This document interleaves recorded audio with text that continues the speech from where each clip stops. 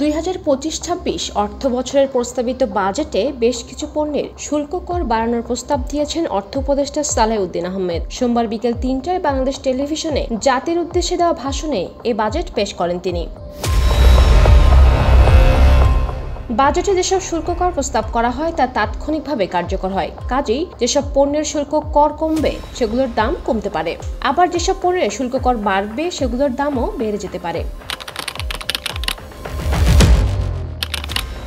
দেশে মুঠোফোন উৎপাদন ও সংযোজনে মূল্য সংযোজন কর অব্যাহতি সুবিধা কিছুটা কমানো হয়েছে এবং মেয়াদ বাড়ানো হয়েছে। ভ্যাট অব্যাহতি সুবিধা কমানোয় মুঠোফোনের দাম বাড়তে পারে।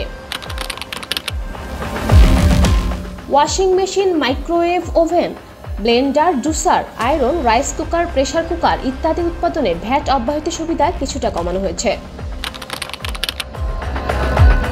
থালা বাসন সহ প্লাস্টিকের তৈজসপত্র, গৃহস্থলী সামগ্রী ও সমজাতীয় পণ্যের ভ্যাটের হার দ্বিগুণ অর্থাৎ 15% করা হয়েছে। পরিবেশ বান্ধব তৈজসপত্রে ভ্যাট ছাড় দেওয়া হয়েছে। তরলীকৃত পেট্রোলিয়াম গ্যাসের সিলিন্ডারের স্থানীয় পর্যায়ে ভ্যাট অব্যাহতির সুবিধা কিছুটা কমিয়ে মেয়াদ বাড়ানো হয়েছে।